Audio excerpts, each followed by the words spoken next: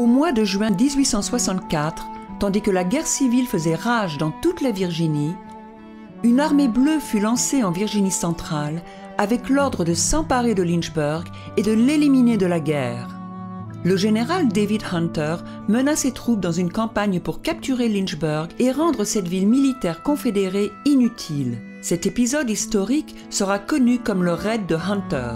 Le général de l'Union envahit et brûla Staunton, Lexington, Buchanan et Bedford avant d'atteindre les alentours de Lynchburg le 17 juin.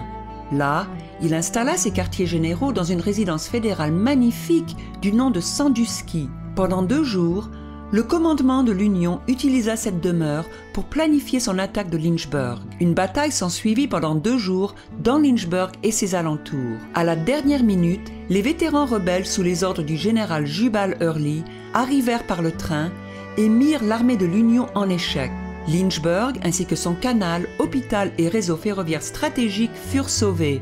De nos jours, la résidence historique de Sandusky représente un élément clé du parcours de la guerre civile du raid de Hunter. Une visite par bus comportant plus de 30 étapes et qui explique cet épisode important de l'histoire de la guerre civile.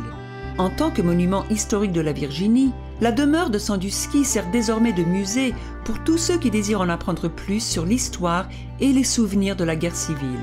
Visitez le musée et découvrez des objets rares de la guerre civile. Faites le tour de la demeure et remarquez les taches de sang par terre, un rappel sombre de la bataille.